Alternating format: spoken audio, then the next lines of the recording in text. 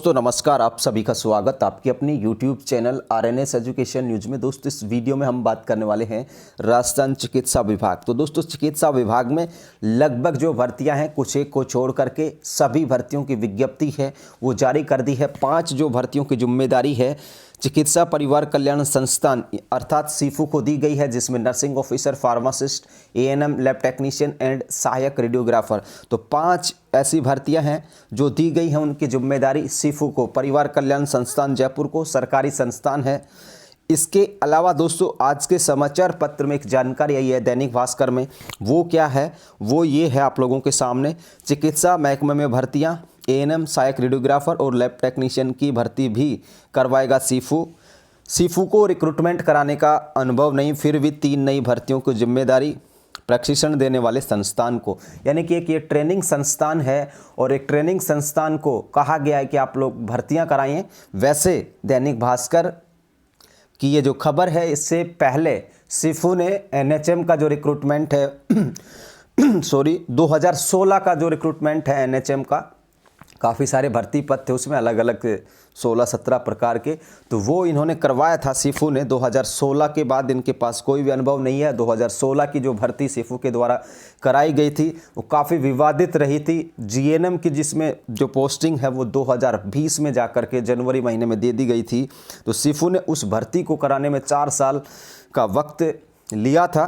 अब कितना वक्त लेगा ये आने वाला वक्त बताएगा, लेकिन इससे पहले जो दैनिक भास्कर में आया है वो और उसके साथ जो मेरे अनुभव क्या कहते हैं वो भी बताने वाले हैं। इसके अलावा इसी वीडियो में कुल कितने आवेदन हो सकते हैं इन 3 भर्तियों को लेकर के, यानी कि ANM, लैब टेक्नीशियन एंड सहायक रेडियोग्राफर, साथ ही इनकी जो काउंसिल है, संबंधित जो काउंसिल है यानी कि RPMC और RNC में कुल कितने रजिस्ट्रेशन हैं ये भी बात करने वाले हैं। तो सबसे पहले तो ये खबर आप लोग देखिए, कहीं से कोई फेक खबर नहीं है।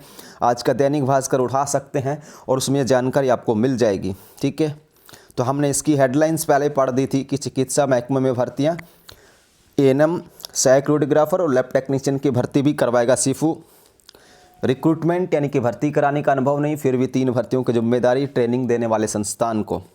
तो यहाँ पर आप लोग देख सकते हैं सरकार ने doctor, nursing, lab technician, pharmacist और ANM को प्रशिक्षण देने वाले संस्थान अर्थात राज्य स्वास्थ्य और परिवार कल्याण संस्थान सीफू को 3 और नई पदों पर भर्ती की जिम्मेदारी दी है। सीफू के पास न तो रिक्रूटमेंट कराने का अनुभव है और ना ही मेन पावर अर्थात जो कर्मचारी हैं उनकी भी कमी है। वहीं IT सिस्टम भी विकसित नहीं है, वो तो लग ही रहा है। जिस तरीके से फॉर्म भरने के लिए इन्होंने आधार कार्ड को एक तरीके से लिंक किया है, पहली बार ऐसा होता है राजस्थान में कि जो चिकित्सा विभाग की पिछले वर्ष जब NHM ने करवाई थी भर्ती CHO की, तो उसमें भी आधार कार्ड जोड़ दिया गया था।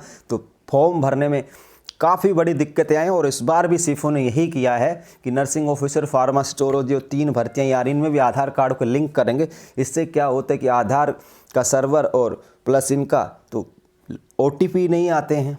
OTP आ गए तो वो कैप्चा जो कोड है वो सही शो नहीं हो रहा। ऐसे अब बहुत सारे अभ्यर्थियों के साथ हो रहा है जो नर्सिंग ऑफिसर और फार्मासिस्ट का फॉर्म भर रहे हैं। तो ये कहा गया है कि इनके पास IT सिस्टम भी विकसित नहीं है, ठीक है।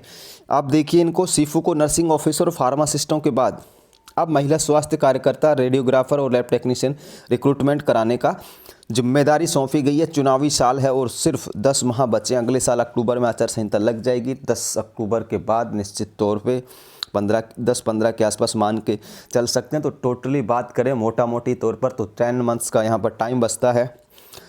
अब वहीं प्रदेश में राजस्थान लोक सेवा आयोग और कर्मचारी चयन बोर्ड होने के बाद ही भर्तियों की जिम्मेदारी सीफू को सौंपे जाने पर सवाल खड़े हो रहे हैं। तो दोस्तों देखिए, कर्मचारी बोर्ड और जो RPSC के उनका अपना बिजी शेड्यूल है। RPSC और कर्मचारी चयन बोर्ड ने अगले बरस तक 2023 तक की जो भर्तियां हैं, RPSC तो यहाँ तक कि जून तक की भर्तियां हैं, वो भी उनकी भी परीक्षा डेट तय कर दी है। RPSC की और भी भर्तियां आने वाली हैं, ठीक है। RPSC तो उलझा हुआ है, अभी सब इंस्पेक्टर के और RAS के इंटरव्यूज़ बाकी हैं। तो RPSC के पास तो टाइम नहीं है। यहाँ पर दैनिक भास्कर ने कुछ ज़्यादा ही बढ़ा चढ़ा के मतलब छाप दिया है। आप देखिए दोस्तों, यहाँ पर देखिए पदों की संख्या आप सबको पता है, लैब टेक्नीशियन कितनी है, रेडियोग्राफर कितनी है, ANM कितनी है। इनमें कुछ पद बढ़ जाएंगे, ठीक है। ANM में 1155 की जगह 2724 और जो 2 भर्तियाँ इनमें भी पदों की संख्या बढ़ने वाली है। अब देखिए यहाँ पर बेरोजगार अभ्यर्थी भी उतर गए हैं सड़कों पर। लैब टेक्नीशियन, सहायक रेडियोग्राफर की भर्ती मेरिट के बजाय परीक्षा से कराने की मांग कर रहे हैं। उनका कहना है कि भर्ती पहले परीक्षा से होनी थी, फिर अचानक से मेरिट का आधार क्यों बना दिया। एक काफ़ी सारे जो बच्चे कमेंट कर रहे थे हमारे वीडियो पे, काफ़ी जब से ये मैंने वीडियो डाला 2 दिसंबर को, उसके बाद से कमेंट आ रहे हैं। कल भी 2 वीडियो डाले, उन पर भी काफ़ी सारे कमेंट्स थे। तो देखो ये तीनों जो भर्तियाँ हैं, LT, RT एंड ANM, तीनों मेरिट बेस पे हो रही हैं। ANM से काफ़ी सारी जो हमारी बहनें हैं उनको ये समस्या हो रहा है कि भाई 10th के बेस पे होगी या 12th के बेस पे होगी। तो 12th प्लस ANM की जो परसेंटेज है उसके बेस पर किया जाएगा, ठीक है। 12th की नहीं जोड़ी जाएगी। आप लोग चाहिए कमेंट कर लीजिए कितने भी। तो 10th की परसेंटेज प्लस ANM का जोड़ करके और ये मेरिट बनाया जाएगा, जिस पे अनुभव होगा बोनस, तो उनका बोनस ऐड हो जाएगा। वहीं लैब टेक्नीशियन और रेडियोग्राफर के लिए 12वीं पास है और डिप्लोमा जो है इनका, उनको जोड़ करके बनाया जाएगा। तो इस तरीके से रहना है। अब देखिए ANM में जो रजिस्ट्रेशन है 66,884, ठीक है, और GNM की 99,170, ये तो और भी ज़्यादा जाएंगे, ठीक है, 1,10,000 पार हैं। BSc नर्सिंग के आप लोग देख सकते हैं। तो ये टोटल संख्या है। राजस्थान पैरामेडिकल काउंसिल में रेडियोग्राफर के आप लोग देख सकते हैं, लैब टेक्नीशियन के देख सकते हैं। ये चिकित्सा विभाग का जो डेटा है उसके अकॉर्डिंग ये चीज़ें इन्होंने बताई हैं। अब आपको देख करके कन्फ्यूजन हो जाएगा, अब इसमें भाई ANM 66,000 कहाँ से आ गई। तो दोस्तों ये संख्या जो है आप लोगों की, ये टोटल जो अब तक आवेदन है, यानी कि देश तो काफ़ी जो लग भी रहे हैं ना ANM, जो काम कर रही हैं पहले से, तो रजिस्ट्रेशन तो उनको भी करवाना होता है, रिन्यू करवाना होता है। तो ये टोटल है, ऐसा नहीं है कि नई 66,000 ANM भाई आ गई, ऐसा भी बिल्कुल भी नहीं है। इसी तरीके से GNM और BSc नर्सिंग के साथ भी सिचुएशंस है कि जो लोग पहले से सरकारी नौकरी कर रहे हैं, इन ANM GNM इन सब की, तो उनका भी इसमें इन्हीं संख्या में ये टोटल कैलकुलेट है, ठीक है। ऐसा नहीं कि भाई 66,000 अलग से ANM इन्होंने अब रजिस्ट्रेशन करवा लिया। ये टोटल रजिस्ट्रेशन है जो आज तक हो चुके हैं, जो भी 10, 20, 30, 40 सालों में हो रहे हैं, वो सारे के सारे रजिस्ट्रेशन यही हैं, ठीक है। तो इसका मतलब बिल्कुल भी नहीं है कि 66,000 फॉर्म इसमें आने वाले हैं, ठीक है। इसी तरीके से रेडियोग्राफर, लैब टेक्नीशियन का आप देखें, इसमें भी जो 5 साल बाद जो रजिस्ट्रेशन रिन्यू कराना होता है, ये सभी लोग शामिल हैं इसमें, ठीक है, नए पुराने जितने भी हैं। तो ये सारी चीज़ें हैं। हालांकि ANM में जो बात करें तो मेरे अकॉर्डिंग जो फॉर्म हैं वो लगभग दोस्तों ANMs में आप लोग 15,000 के आसपास फॉर्म मान के चलिए जो आ सकते हैं इस भर्ती में, जो निकल चुकी है। 15 दिसंबर को नोटिफिकेशन आने वाला है, विस्तृत नोटिफिकेशन आएगा। उसमें आपको परीक्षा जो फॉर्म है वो कब भरे जाएंगे इस बात की भी जानकारी दे दी जाएगी।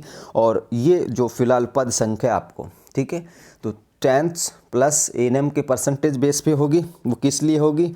1965 नियम और 1963 नियम, ये चिकित्सा विभाग के भर्ती नियम हैं, जिनमें सारा का सारा भर्ती का कैसे होगी, कैसे क्या होगा, उस सारे के सारे नियम, कायदे, कानून लिखे होते हैं 1965 और 1963 में। चाहें तो आप लोग ले सकते हैं, पूरा का पूरा अंग्रेजी में लिखा हुआ है। पढ़ना चाहे कोई तो भाई कमेंट कर देना, वहाँ पे नंबर मैं आपको दे दूंगा, तो आप पर्सनली व्हाट्सएप वो ले सकते हैं अगर किसी को पढ़ना ही है 1965 और 1963 को। तो उसके अकॉर्डिंग होती है, ना कि आपके और मेरे अकॉर्डिंग। भर्तियों के लिए पहले नियम बनते हैं, उसके बाद सारी चीज़ें होती हैं। तो 10th प्लस ANM के आधार पर होगा। फॉर्म हमने बताया 15,000 के आसपास आ सकते हैं। बाकी LT और रेडियोग्राफर में जो रजिस्ट्रेशन है उसको देख के इनके आधे आधे आप लोग लगा लीजिए, इनसे भी कम लगा लीजिए। तो ये सारी जानकारी है। और दैनिक भास्कर की जानकारी के लिए भी हम बता दें कि 10 मंथ्स बहुत होते हैं। अगर सिफू चाहेगा, सरकार चाहेगी, तो ये भर्तियाँ मुझे लगता है कि अब जून तक पूरी हो सकती हैं, क्योंकि इन्हें 1.5 गुना लेने हैं। 1.5 गुना अभ्यर्थी इन्होंने वेरिफिकेशन के लिए बुलाने हैं, ठीक है। अब 1.5 गुना बुलाने हैं, यानी कि ये 2700 पोस्ट अगर ANM की हम मान लेते हैं, तो उसका 1.5 गुना कितने से हो गए, ठीक है। तो इतने लोगों को 10 दिन में वेरिफिकेशन कर देना, इन्हें दिक्कतें कहाँ पे आएंगी वो मुझे पता है कि जो दोस्तों कोर्ट केसेज है ना, अगर उनमें उलझी कोई चीज़ें तो समस्या होगी। अगर कोर्ट केसेज नहीं होंगे इन भर्तियों में तो सारी भर्तियां हो जाएंगी समय पे, इसमें कोई किंतु परंतु नहीं है। लेकिन जैसा कि राजस्थान का सिस्टम रहा है, अभी तो बहुत सारे लोग जाएंगे, मेरा अनुभव नहीं जोड़ा, मुझे विडो डाइवोर्स नहीं माना, मेरा अनुभव में ये था, मेरे दिन कम काउंट किए, मेरे साथ आरएनसी का इशू है, हमारी 12th बेस पे जोड़ो, तो काफ़ी सारी ऐसी समस्याएं हैं जो आएंगी निश्चित तौर पर। अगर वो नहीं आती हैं और उनके लिए अगर सिफू या सरकार चिकित्सा विभाग रेडी रहेंगे तैयार पहले से, तो मुझे लगता है ये भर्तियाँ अक्टूबर तक जानी नहीं, उससे पहले ही कंप्लीट हो जाएंगी। इसलिए इस खबर को देख करके टेंशन भी लेने की आवश्यकता नहीं है, क्योंकि न्यूज़ एजेंसीज हैं, अखबार हैं, कुछ भी लिखते हैं, इनका भी अपना अनुभव होता है। हमें आपको हमारा अनुभव बता रहे हैं, तो ऐसा बिल्कुल भी पैनिक होने की आवश्यकता नहीं इस खबर से कि भाई ये क्या हो गया, ठीक है। और ना ही ये जो आपको दिख रहे हैं इतने नए रजिस्ट्रेशन है, पुराने हैं जो लग चुके हैं, पहले काम करें, उन सब का है। धन्यवाद दोस्तों, वीडियो कुछ लॉन्ग हो गया होगा। धन्यवाद, जय हिंद, जय भारत।